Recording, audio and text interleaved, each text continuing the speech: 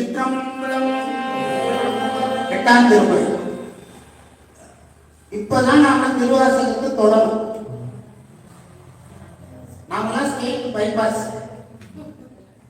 7 திருமுறை வேணாம் sir, state 8 தான். ஏன் இப்ப பைபாஸ் போட்டாங்கன்னா இந்த மாதிரி நமக்காக தான். 7 திருமுறையும் பாடாம 8ஆம் திருமுறை பாடுங்க. இது அல்லாஹ்வுடைய சட்டம்.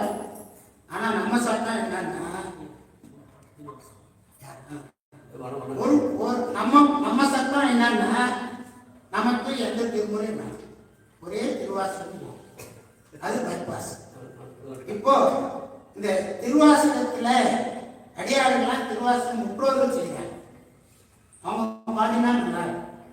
அதனால அந்த திருவாசகத்திலிருந்து ஒரு பாடல் இந்த திருவாசகம் முற்றோதல் செய்யக்கூடிய அடியார்களுக்கு ஒரு வாய்ப்பு. நான் அடுத்தது 9ஆம் திருமுறையில நான் தொடர இருக்கேன்.